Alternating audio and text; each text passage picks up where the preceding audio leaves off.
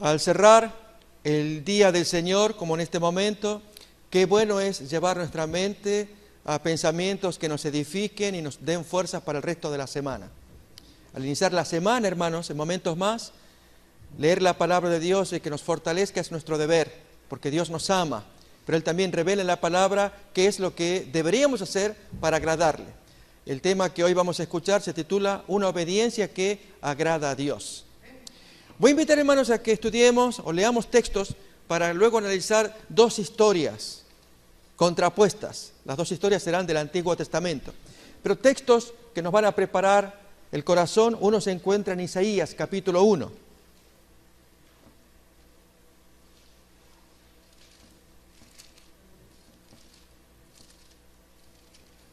Los tres textos hablan de lo mismo, solamente que en algún caso con algún más rico matiz. Isaías capítulo 1, versículos 2 y 3. Oíd cielos y escucha tu tierra, porque habla Jehová. Crié hijos y los engrandecí, y ellos se rebelaron contra mí. El buey conoce a su dueño, y el asno el pesebre de su señor. Israel no entiende, mi pueblo no tiene conocimiento. Miramos en este texto que el Señor hace una comparación con los animales, diciendo que los animales son muy fieles a sus amos.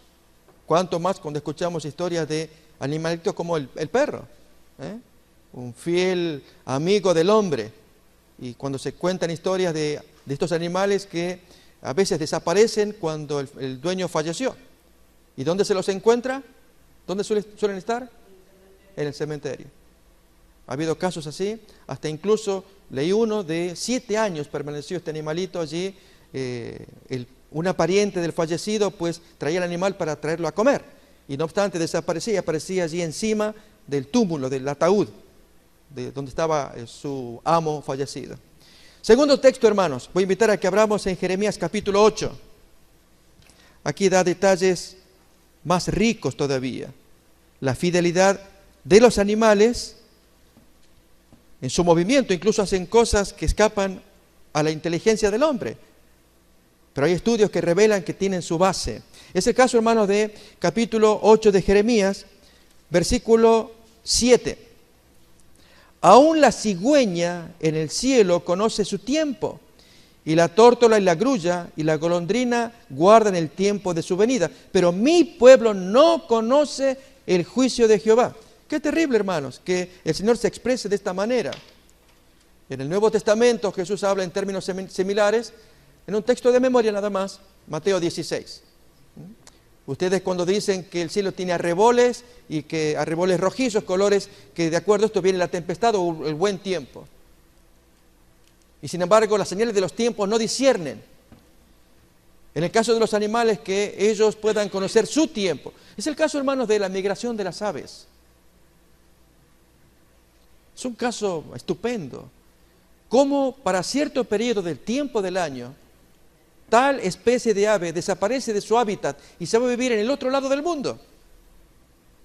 Estudios han revelado que estos animales están buscando el calor, y cuando llega el frío, ellos saben allí, se van exactamente al otro extremo opuesto. Del hemisferio norte se van al sur, allí depositan sus huevos en tiempo de calor. Nacen sus polluelos y luego todos emigran ya cuando va cambiando la temperatura y vuelven así a su lugar de origen. Pero hay otras cosas raras incluso con los animales también, no solamente el tiempo de la reproducción. En algunos casos se han hecho estudios para saber por qué el animal se comporta de un modo tan extraño a diferente de otros animales. El texto acá nos dice que el animal conoce su tiempo, pero ustedes no conocen su tiempo. Los juicios de Dios, es como Dios se expresa de estos israelitas. Pero fíjense, hermanos, más grave es el comportamiento de aquel a quien se le llama la atención y él dice, ¿por qué me hablas así? Esto aparece en Malaquías capítulo 1, lo mismo también.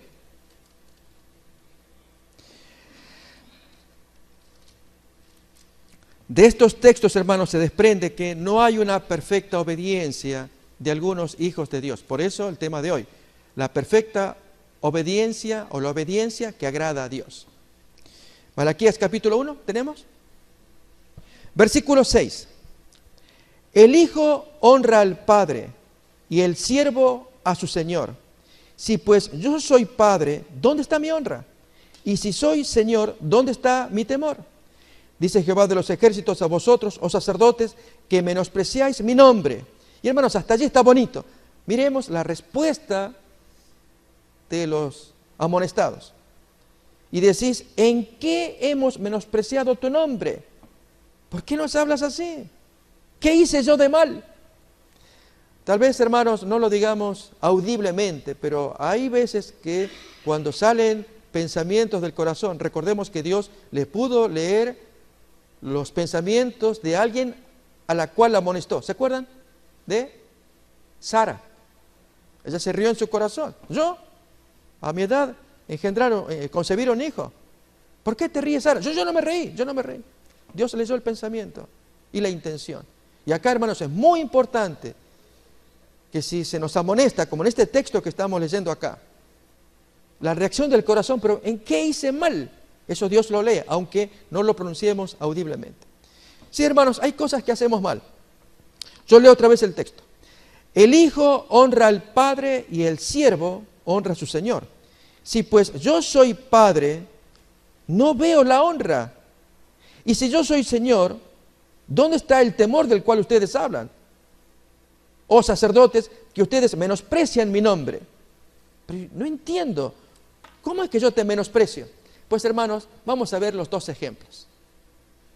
Y los dos impresionan, especialmente el segundo. Y es, hermanos, el celo que tiene uno de ellos para hacer la obra de Dios. Y el hombre va a obedecer la voluntad de Dios. Al punto que llama a un amigo. ¿Tú quieres ver mi celo por la obra de Dios? Y el amigo dice, sí. Y lo hace subir. A ver, hermanos, se ubica en la historia. Lo hace subir y allí van los dos. Y este celoso con fuego hace la obra de Dios. Y el otro queda observando. Pero no se impresiona. Algo hay. Mientras que este otro, que es modesto, él fue invitado a presenciar, él no habla mucho, hizo algo que impactó. Al punto que, hermanos, Dios interviene. Y curiosamente no aparece, al menos que ustedes, hermanos, me corrijan, porque uno se puede equivocar, un ejemplo donde Dios proponga a alguien hacer algo incorrecto.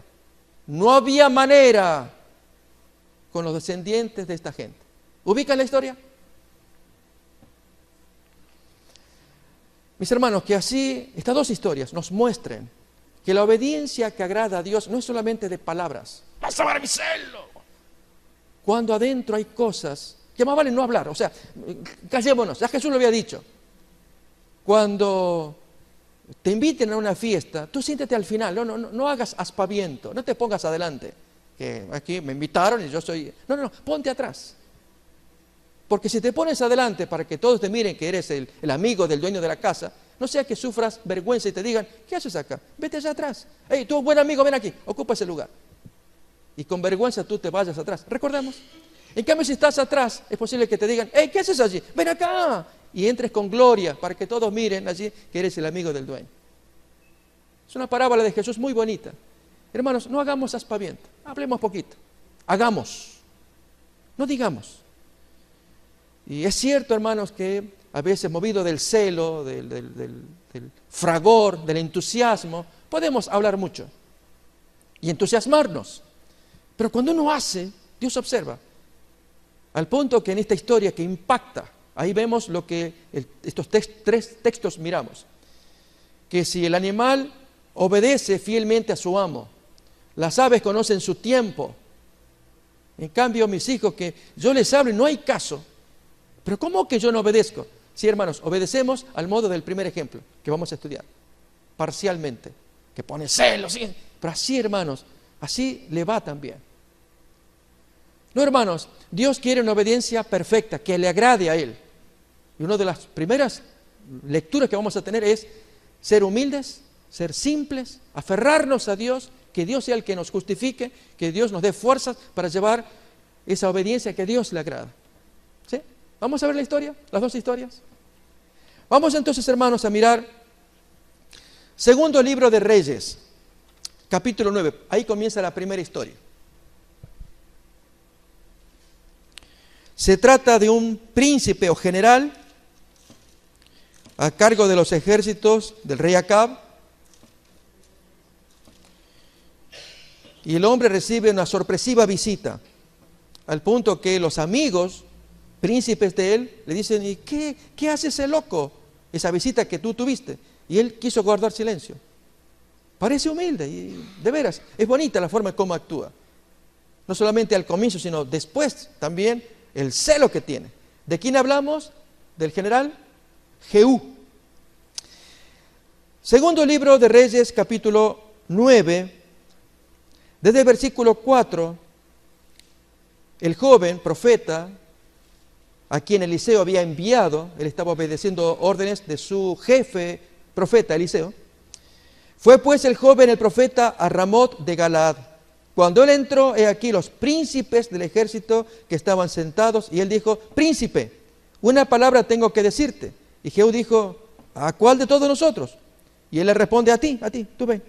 Y él se levantó y entró en casa, en un lugar más privado. Y el otro derramó el aceite sobre su cabeza y le dijo: así dijo Jehová, Dios de Israel: yo te he ungido por rey sobre Israel, pueblo de Jehová.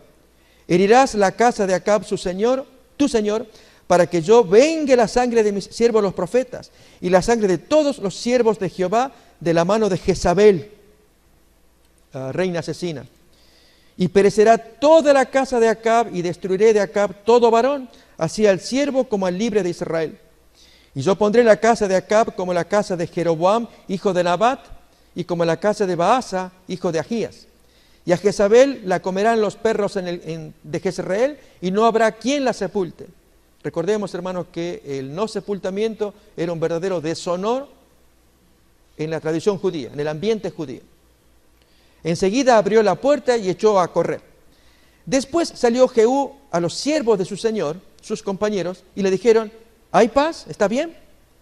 ¿Para qué vino aquel loco? Y él les dijo: vosotros ya conocéis al hombre y sus palabras, ustedes. Y hermanos, fíjense cómo él lo quiere disimular. Y ellos dijeron: mentira, decláranoslo ahora. ¿Qué te dijo? Y le dijo: así y así me habló diciendo: así dice el Señor, yo te he ungido por rey sobre Israel. Entonces cada uno tomó apresuradamente su manto, de la alegría que había, y lo puso debajo de Jehú en un trono alto, y tocaron corneta y dijeron: Jehú es rey, por mandato de Dios. Y hermanos, la adhesión de todos sus amigos allí, reconocerlo como rey, porque respetaban mucho a Eliseo, quien había enviado al joven profeta. Y a partir de acá, hermanos, comienza una obra de exterminio, que era la orden de Dios, que quite todo lo que tenga que ver con Acab. Y él comienza a hacerlo. Voy a invitar, hermanos, a que apenas veamos los subtítulos nada más, porque el tema no va a ser Jehú. O sea, vamos a estudiar, es el otro el que nos interesa, el amigo de él. Ese sí, vale la pena detenernos un poco. Así que, allí en sus Biblias seguramente tendrán algún subtítulo desde el versículo 14, que dice: Jehú mata a Joram, y comienza a exterminar entonces al hijo del rey. Desde el versículo 27, Jehú mata a Ocosías, otro hijo del rey también. Desde el versículo 30 cuenta la historia de la muerte de Jezabel, también la va a matar. Y así, hermanos, comienza el exterminio. Todo el resto del capítulo 9, del versículo 14 en adelante, es cumplir la orden de Dios, quitar a esa gente, Acab, Jezabel y su familia, que habían sido un oprobio, una maldición por el gobierno y todas las abominaciones que ellos habían traído a Israel. Capítulo 10. Ahí tenemos un subtítulo quizás en las Biblias: Jehú extermina la casa de Acab. Sigue el proceso de limpieza, diríamos nosotros. Pero vamos a detenernos en el versículo 14 en adelante. Entonces él dijo: prendedlos vivos. Ahí es el clímax de esta porción, donde va, reitero, a exterminar. No cabe ahora el tiempo de explicar por qué el exterminio. Conocemos, hermano, la historia de Acab y Jezabel, y llegó al final de su historia. Dios tenía que actuar, y lo hizo por medio de este general, Jehú, que va a ser luego el nuevo rey. Versículo 14. Entonces les dice: prendedlos vivos. Y después que los tomaron vivos, los degollaron, eran los sacerdotes de Baal, junto al pozo de la casa de Esquileo, 42 varones, sin dejar ninguno de ellos. Yéndose luego de allí, se encontró con un amigo, y de este un poquito más ya vamos a estudiar, Jonadab, hijo de Recab, y después que lo hubo saludado, le dice, ¿es recto tu corazón como el mío es recto con el tuyo? Y Jonadab dice, lo es. Pues que lo es, dame la mano. Y le dio la mano. Y luego lo hizo subir consigo en el carro. Y le dijo, ven conmigo y verás mi celo por Jehová. Lo pusieron pues en el carro. Y allí van los dos. Uno con celo que quemaba por orden de Dios. El otro guardando silencio. Observando nada más. Leemos la historia, hermano, porque está muy bonito la actitud de Jonadab. No va a aparecer hasta en unos versículos más tarde. Jehú es el protagonista ahora. Hace mucho, por obedecer el mandato de Dios, pero habla mucho también. Y esa es la lección que tenemos que aprender, hermanos. Si vamos a imitar, no nos impactemos con Jehú, impactémonos con el otro. Ya vamos a ver por qué. Versículo 17. Y luego que Jehú hubo llegado a Samaria, mató a todos los que habían quedado de Acab en Samaria, hasta exterminarlos, conforme a la palabra de Jehová que había hablado por Elías. Recordemos, hermanos, que Dios le había dicho a Elías, esto aparece en 2 de Reyes capítulo 9, y luego por Eliseo. Era una orden de parte de Dios. Esa familia tenía que desaparecer de la tierra. Versículo 18, después reunió Jehú a todo el pueblo y les dijo, Acab sirvió poco a Baal, mas Jehú lo servirá mucho, y lo hizo con engaño. Llamadme pues a todos los profetas de Baal, a todos sus siervos y a todos sus sacerdotes, que no falte uno, porque tengo un gran sacrificio para Baal. Cualquiera que faltare no vivirá. Esto hacía Jehú con astucia para exterminar a los que honraban a Baal, es decir, a los profetas falsos. Y dijo Jehú, santificad un día solemne a Baal. Y ellos convocaron. Y envió Jehú por todo Israel, y vinieron todos los siervos de Baal, de tal manera que no hubo ninguno que no viniese. Y entraron en el templo de Baal, y el templo de Baal se llenó de extremo a extremo. Ignorando esta gente que ya Jehú ya había dado muerte a los reyes. Él se fue a Samaria. Entonces ahí urdió ese plan. Versículo 22. Entonces dijo el que tenía el cargo de las vestiduras, saca vestiduras para todos los siervos de Baal. Y él le sacó vestiduras. Y entró Jehú con Jonadab, hijo de Recab. Así que lo traía de amigo, para que observe, de testigo, en el templo de Baal. Y dijo a los siervos de Baal, mirad y ved que no haya aquí entre vosotros alguno de los siervos de Jehová, sino quiero solamente los de Baal. Y cuando ellos entraron para hacer sacrificios y holocaustos, Jehú puso fuera a 80 hombres y les dijo, cualquiera que dejare vivo a alguno de aquellos hombres que yo he puesto en vuestras manos, su vida será por la del otro. O tú lo matas, y si él se escapa, yo te mato a ti. Terrible, hermano, una orden muy grave. Vida por vida. Si tú quieres que yo no te mate, ok, deshazte de toda esa gente. Así les habló a estos 80 que iban a trabajar. Es terrible, hermanos. Una historia que lógicamente no hemos escuchado una introducción de Acab y Jezabel, porque la historia la conocemos. Lo que nos importa es la obediencia de uno y de otro. Y la de Jehú impresiona, porque él es celoso. Y tiene el amigo de testigo, Jonadab. La pregunta es si impresiona. Ya vamos a ver si impresiona. Muy bien, seguimos. Versículo 25. Y después que acabaron ellos de hacer el holocausto, Jehú dijo a los de su guardia y a los capitanes, entrad y matadlos, que no escape ninguno. Y los mataron a espada y los dejaron tendidos, los de la guardia y los capitanes. Y fueron hasta el lugar santo del templo de Baal y sacaron las estatuas del templo de Baal y las quemaron. Y quebraron la estatua de Baal y derribaron el templo de Baal y lo convirtieron en letrinas hasta hoy. Así exterminó Jehú a Baal de Israel. Hermanos, cumplió la voluntad de Dios. Pero lo que viene ahora es el problema. Y esta es la primera gran lección que tenemos que aprender, hermanos, de Jehú. Y es cuando obedecemos a medias. Así nos va también. Versículo 29. Con todo eso, Jehú no se apartó de los pecados de Jeroboam, hijo de Nabat. Recuerden que fue el primer rey de Israel, que hizo pecar a Israel. Y dejó en pie los becerros de oro que estaban en Betel y en Dan. O sea, eso no exterminó. Exterminó otras estatuas del culto. Exterminó a Baal, que salga Baal. Pero aquello que representaba a Jehová, ¿recuerdan el invento que hizo Jeroboam? Esto aparece en 1 de Reyes 12. Cuando él dijo, ya bastante hay con que hemos ido a Jerusalén. Ahora tienen nuevos lugares de culto y estatuas que representan a Jehová y sacerdotes que no son de Leví que nos van a servir también. ¿Sí? Y hermanos, como era de Jehová, él no lo tocó. Y había que sacar todo lo que no esté conforme a la ley de Moisés. Miremos lo que pasó. Final del versículo 29. Y dejó en pie los becerros de oro que estaban en Betel y en Dan. Y Jehová dijo a Jehú, ahora viene, hermanos, la sentencia de parte del Señor, por esa obediencia a medias.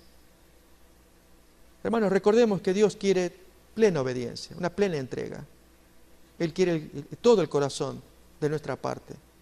¿Y cuántas veces no reflexionamos? Por esto estas historias.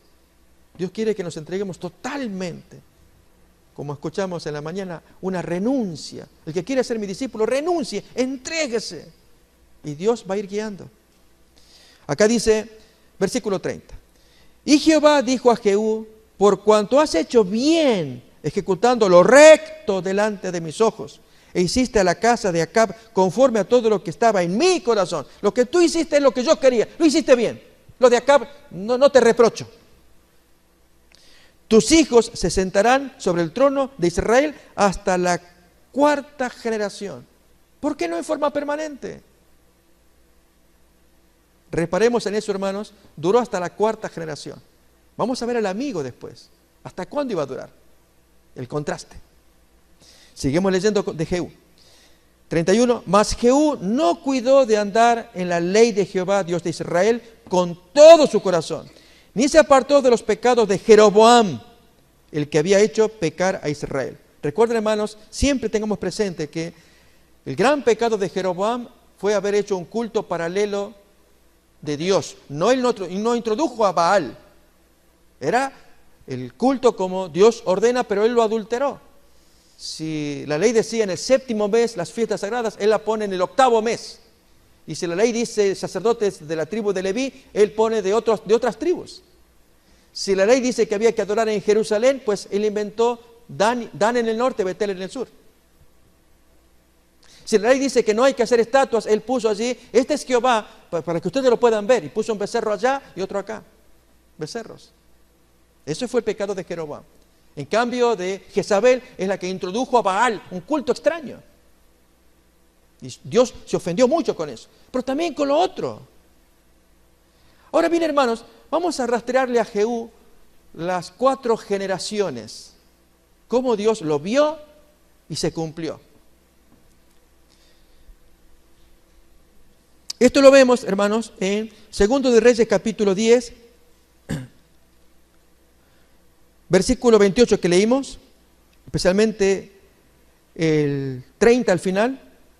Tus hijos se sentarán sobre el trono de Israel hasta la 4ª generación. Miremos el capítulo 13:1 y luego el 10. Ahí aparecen las 2 primeras generaciones. ¿Cómo se cumple literalmente? Los descendientes de Jehú. Dice el 13:1. En el año 23 de Joás, hijo de Ocosías, rey de Judá, del reino vecino, comenzó a reinar Joacás, hijo de Jehú, sobre Israel en Samaria, y reinó 17 años. Esa es la primera generación. Versículo 29. Este hombre duerme en paz. Durmió Joacás con sus padres y lo sepultaron en Samaria, y reinó en su lugar Joás, su hijo, nieto de Jehú. Versículo 10, ahí lo dice. El año 37 de Joás, rey de Judá, comenzó a reinar Joás, simultáneamente 2 Joás, hijo de Joacás, sobre Israel en Samaria, y reinó 16 años. Estamos hablando del nieto de Jehú.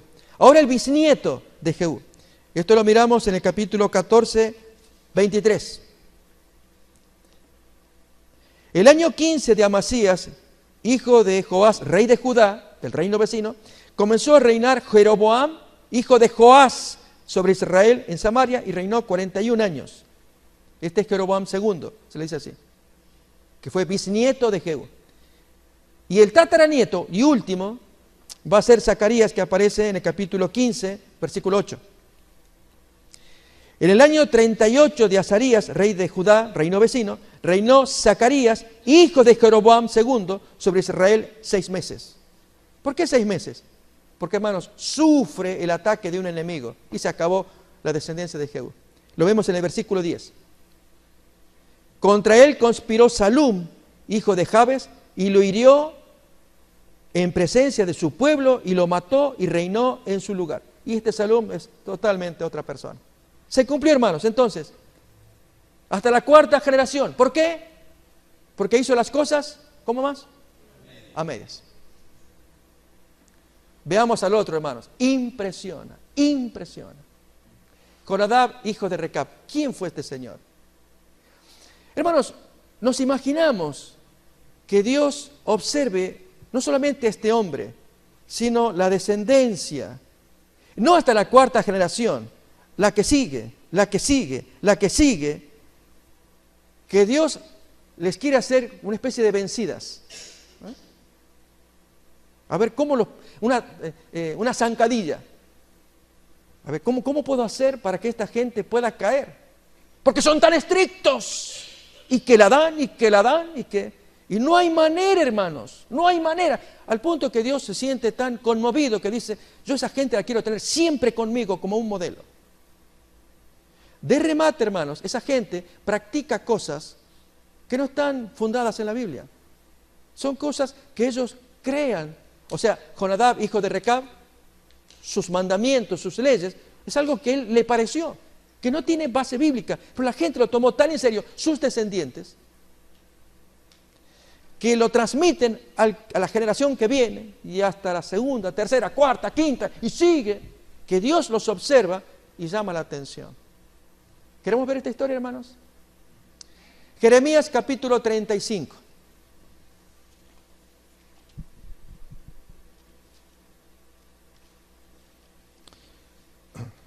Este Jonadab, hijo de Recab, hermanos, tiene parentesco pagano. De paso, qué cosa curiosa. Así como pasó con Ebed-Melech, etíope. Esto aparece en Jeremías 39. Al cual Dios lo va a premiar porque fue el único extranjero que tomó interés en un siervo de Dios. Porque todos los del pueblo de Dios, Sedequías en particular, que era el último rey, y sus cortesanos, lo hundían, que estuvo en el cieno, en una cárcel. Y este hombre tan pobre, Jeremías, sufriendo, y nadie se compadecía, excepto un extranjero, Ebed-Melech. Así, hermanos, pasa con este Jonadab. Viene de ascendencia extranjera. Cuidémonos, hermanos, que no llegue a pasar algo así, que creemos que en el pueblo de Dios, cuánta gente que no es del pueblo de Dios, tiene sentimientos que agradan a Dios. Es tremendo. Por algo Jesús contó la parábola, ¿cuál? La del buen samaritano. Y cómo ofendió el oído de los israelitas. ¿Que acaso hay bueno? ¿Acaso no hay para contar acá entre nuestro pueblo que vas a contar de un pueblo pagano? Recordemos, hermanos, la historia de Samaria y de los samaritanos. Cuando el rey había sacado a toda la gente de Samaria, y entonces los poquitos que quedaron eran, y que luego el rey se trajo gente extranjera y eran atacados por leones. ¿Se acuerdan? Que entonces ahí les dicen al rey, mira, los atacan leones porque esa gente no conoce de la ley. Bueno, de aquí de los que tenemos cautivos, manden a alguien que les enseñe la ley. Todo esto aparece en 2 de Reyes 17. Y entonces se les enseña, pero había una mezcla entre esa gente samaritana, entre el temor de Dios y seguir adorando a los dioses falsos. Eso es Samaria, esos son los samaritanos. De allí provienen estos que fueron enemigos de Nehemías. Y esta joven que habló con Jesús, la mujer samaritana. Y que Jesús de ahí cuente que hay gente buena, ofende. Tratemos, hermanos, de ponernos en los zapatos. Tal vez vamos a ir al texto de Crónicas para ver un poquito la ascendencia de Jonadab que impresiona. Primero de Crónicas, y luego vamos a Jeremías 35. Primero de Crónicas, capítulo 2.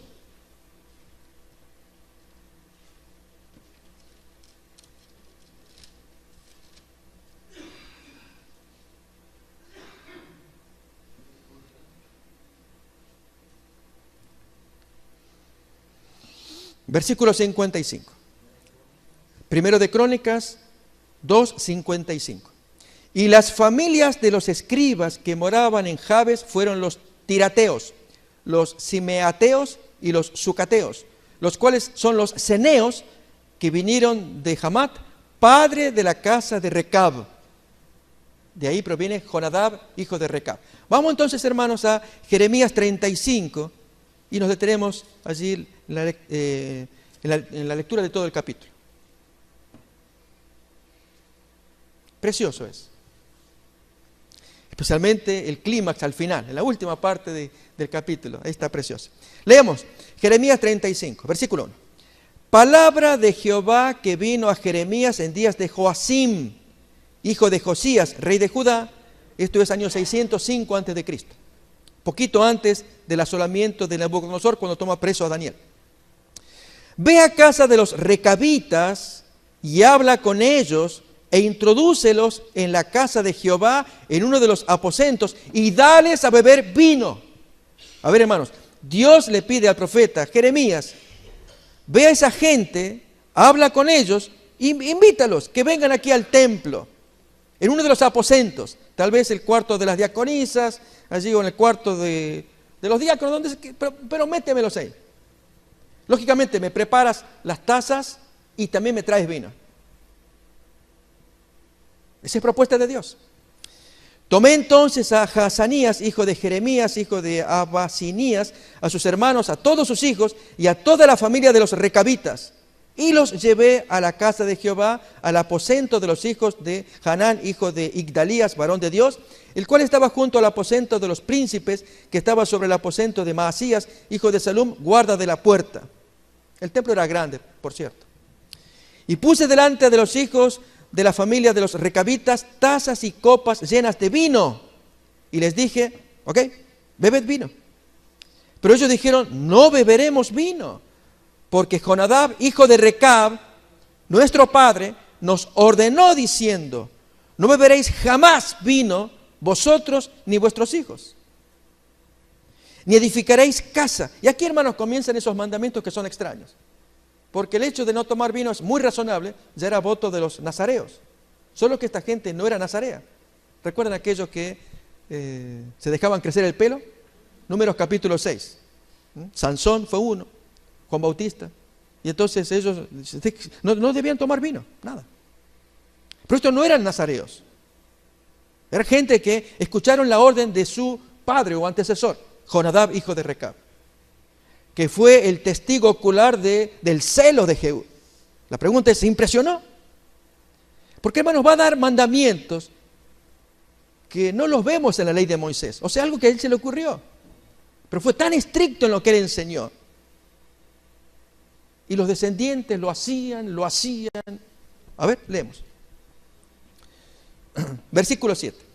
Acá, hermanos, miren si está lógico o no. Hay mandamientos que están buenos, otros que uno los puede discutir. Mandamientos humanos. No edificaréis casa. Ellos eran nómades, vivían en carpas. No sembraréis sementera.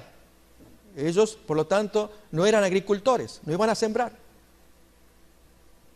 No plantaréis viña, ok, se entiende.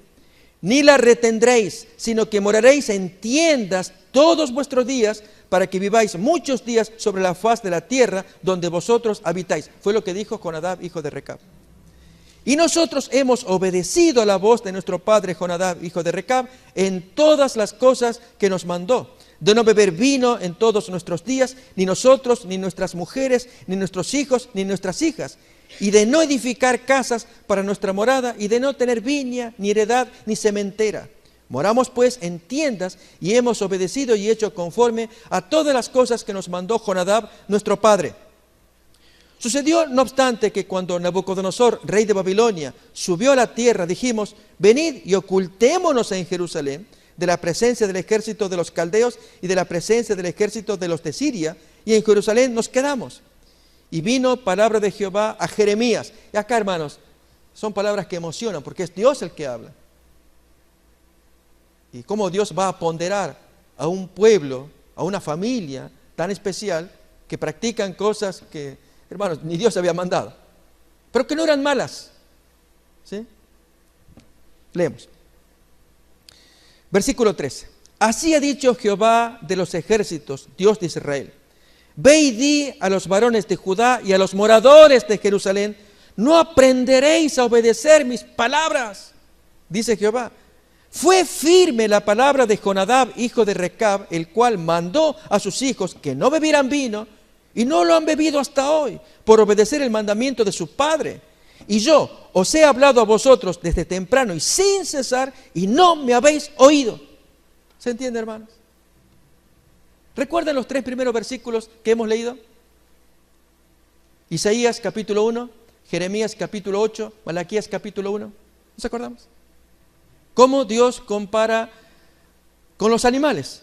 El buey conoce a su señor, conocen el pesebre de su amo y obedecen. Pero yo les hablo y ustedes me llaman Señor y no me obedecen. Y hermanos, Dios se duele. Y en el caso de Jehú, que tenía mucho celo, duró hasta la 4ª generación, porque podría haber durado más. No pudo transmitir como Jonadab, no pudo transmitir a sus hijos la voluntad de Dios. ¿Por qué, hermanos? ¿Qué lección sacamos de Jehú? Porque andaba a mitad de máquina. A media máquina decimos, ¿no? El texto nos dice que no quitó los lugares altos, no quitó los becerros de Dan y Betel, siguió los pecados de Jeroboam. Entonces fue celoso, hizo muy bien su tarea de Acab, no había nada que discutir. Pero iba a durar hasta la 4ª generación, por el mal ejemplo de ese hombre a sus hijos y demás, hasta la 4ª generación. En contraste con este otro. Pero hermanos, todavía sigue más acerca de lo que Dios dice de los recabitas.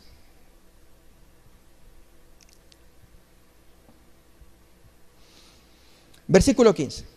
Y envía a vosotros, dirigiéndose a los israelitas de Jerusalén, todos mis siervos los profetas desde temprano y sin cesar, para deciros, volveos ahora cada uno de vuestro mal camino y enmendad vuestras obras, y no vayáis tras dioses ajenos para servirles, y viviréis en la tierra que di a vosotros y a vuestros padres, mas no inclinasteis vuestro oído ni me oísteis.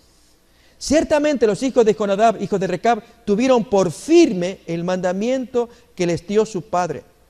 Pero este pueblo no me ha obedecido. Por lo tanto, así dice Jehová, Dios de los ejércitos, Dios de Israel.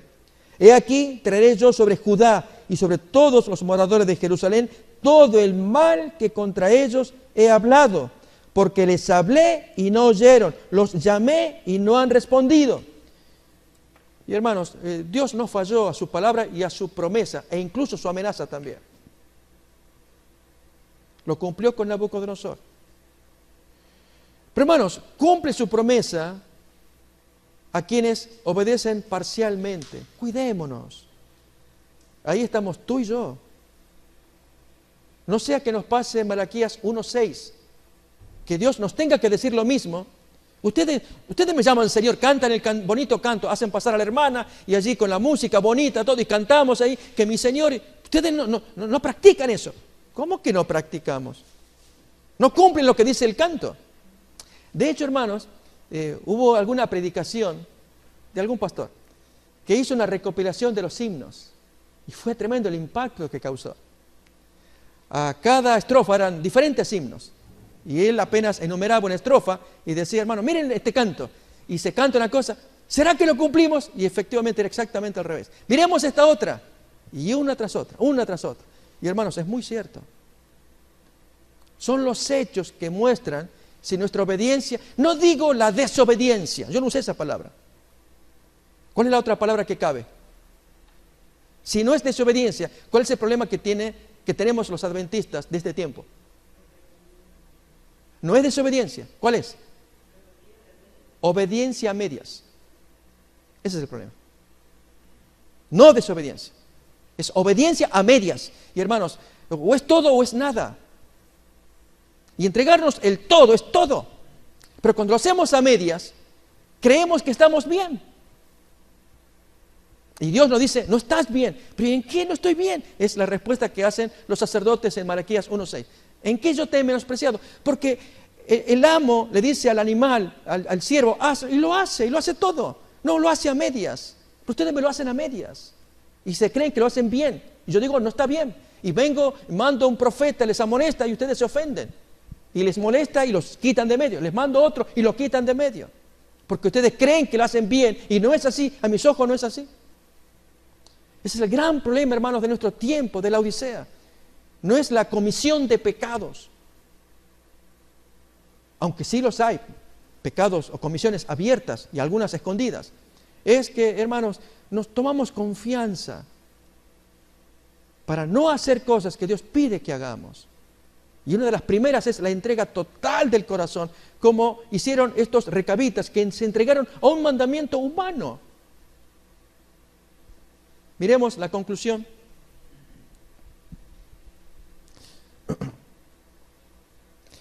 Versículo 16 otra vez en adelante. Ciertamente los hijos de Jonadab, hijo de Recab, tuvieron por firme el mandamiento que les dio su padre, pero este pueblo no me ha obedecido. Por tanto, así ha dicho Jehová, Dios de los ejércitos, Dios de Israel, he aquí traeré yo sobre Judá y sobre todos los moradores de Jerusalén todo el mal que contra ellos he hablado. Porque les hablé y no oyeron, los llamé y no han respondido. Y dijo Jeremías a la familia de los recabitas, así ha dicho Jehová de los ejércitos, Dios de Israel, por cuanto obedecisteis al mandamiento de Jonadab, vuestro padre, y guardasteis todos sus mandamientos, e hicisteis conforme a todas las cosas que os mandó. Por tanto, así ha dicho Jehová, Dios de los ejércitos, Dios de Israel. Y esta es la sentencia final, hermanos, de parte de Dios a esa gente. ¿Cuál es? No faltará de Jonadab, hijo de Recab, un varón que esté en mi presencia todos los días. Va a ser un modelo para mí. Es el ejemplo que yo quiero para poder enseñarles a todos. Y para colmo, algo extraño. Pero fueron firmes. Y yo lo voy a tomar. ¿Saben, hermanos? Buscamos en diccionarios bíblicos los recabitas y existen todavía.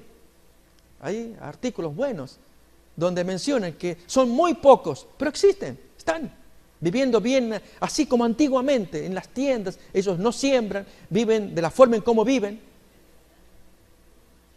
Y Dios dijo, se van a quedar todos los días, van a estar delante de mí. Hermanos, esa obediencia que agrada a Dios, la entrega del corazón, va primeramente por ese lado, no la obediencia en sí. Bueno, ¿qué quiere Dios? A ver, está bien, si no está conforme, dígame qué es lo que quiere. No, no es eso, hermanos. A veces pensamos que va por ahí. Ok, si entonces yo le di 8, voy a ver si doy 11 ahora, porque veo que me falta la medida que Él quiere. No sé, no es eso, hermanos, es la entrega. Es el caso de esos recabitas para con Jonadab. Hermanos, ¿acaso lo hacen porque era una obligación? Había un pacto. A ver, pongámonos en los zapatos de los recabitas, pongámonos en la mente de ellos. Quizá nos cueste si pensamos, por ejemplo, comunidades que no son como las nuestras, como los gitanos. Ellos tienen un estilo de vida, una forma de comportamiento distinto. Pensemos en los Amish o menonitas, se les llamamos en Argentina, una comunidad parecida. Viven distinto de nosotros, pero ellos asumen un compromiso. Y nadie los va a juzgar o condenar. De hecho, hermanos, entre esta comunidad Amish pasan cosas muy bonitas. Una de ellas fue el dramático suceso producido en la década del 2000, que está narrado en una película que conocemos todos seguramente. El perdón de Amish, o la gracia de los Amish, algo así se titula. El poder del perdón, gracias. Que recomiendo, hermanos, que lo miremos. Cuento que yo llamé a alguien que tiene dolor en su corazón para que viera la película. Y la persona pues dijo, no, ya veo el argumento. Y es que en medio de un asesinato que un individuo produjo entre los niños, el dolor de la comunidad, de una locura,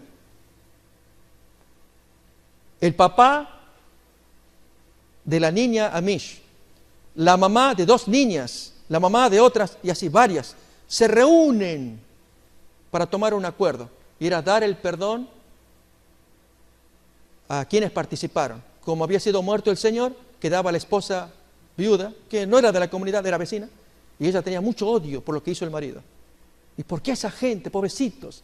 Y la comunidad viene, esa gente, los papás, a hablar con ella, para decirle, hemos perdonado. ¿Cómo que perdonan? Y la mujer se conmueve. Yo no puedo perdonar, a mi marido no lo puedo perdonar. Muy bonita la trama, un hecho real. Mis hermanos, hay comunidades, conté esta como ejemplo, de los recabitas que tienen su conducta. Pero a veces nos dejan lecciones. Y si los Amish tendrán su forma de moverse, de comer, de usar los medios actuales. Ellos no usan los medios que tenemos nosotros, televisión o cosas así. Sin embargo, tienen pactos entre ellos que vale la pena escuchar. Ese es uno. Uno de los pactos que tienen ellos es siempre perdonar, pase lo que pase, siempre perdonar. Hermanos, nosotros que vivimos en este mundo, tenemos que hacer un pacto, pero un pacto con el Señor, de revelar la luz que Dios nos dio. Y si Jesús nos dice, yo quiero que el mundo los conozca porque ustedes se aman entre ustedes, en esto conocerán que son mis discípulos, si se tienen amor uno al otro. Y amarnos, hermanos, es perdonarnos, es aceptarnos, comprendernos, apoyarnos, ayudarnos, para que la gente que nos mire, si ellos se impactan viendo los Amish o cualquier otra comunidad, al vernos a nosotros que nos amamos, ¿pero de dónde sacan eso ustedes? Yo no puedo menos, hermanos, que decir acá, nos acompaña un querido joven que está aquí, es la primera vez que está acá, y quiero expresarle el cariño especial que le vamos a tributar. ¿Tu nombre es? René. Hermanos, yo les invito a que a la salida allí, a René, ahora está con Gladys, él, le tributemos lo que sentimos porque ustedes lo sienten. Solamente que quizás no lo sabíamos, lo sabemos ahora. Él nos visita la primera vez de los contactos de obra misionera que se ha hecho, de repartir las revistas, pues aquí tenemos a René y él está viviendo un momento especial. Y esto es la comunidad, él quedó impactado con lo que miró del niño predicador, lo que aquí se ven incluso hablando también. Porque hermanos, esa es la comunidad que Dios quiere que seamos como los recabitas, que den que hablar. No porque den que hablar, es porque Dios mora en el corazón. Así como en los recabitas moraba la lealtad, el pacto de lealtad hacia Jonadab, hijo de Recab. Una historia preciosa, hermanos, de los recabitas. Si Dios mismo los tentó, suena raro, ¿no? Al decirle a Jeremías, tráemelos, ponles vino allí y diles que tomen. No voy a tomar, no. Pero es Dios el que está ordenando. Tome, que tiene la aprobación de Dios. No. Dios ordena, pero yo tengo mi práctica ya con mi ancestro y así quedamos todos. No vamos a tomar. No entiendo la orden de Dios, pero no voy a tomar. Porque Dios sabía, hermanos. Dios sabía. Él quería demostrar con eso la firmeza de esa gente. Así nosotros. No nos impactemos con Jehú, hermano. Linda obra que hizo. Y el celo que tiene. Y cumplió, y cuando leíamos esa historia de Jehú y la sangre que chorreaba, impacta. Hay que tener estómago para leer esas porciones. Pura matanza. Pero ¿qué dijo Dios? Hizo lo correcto, lo que había en mi corazón. Muy bien. Pero hay cosas que no hiciste. No te entregaste del todo. Hermanos, ¿querríamos entregarnos?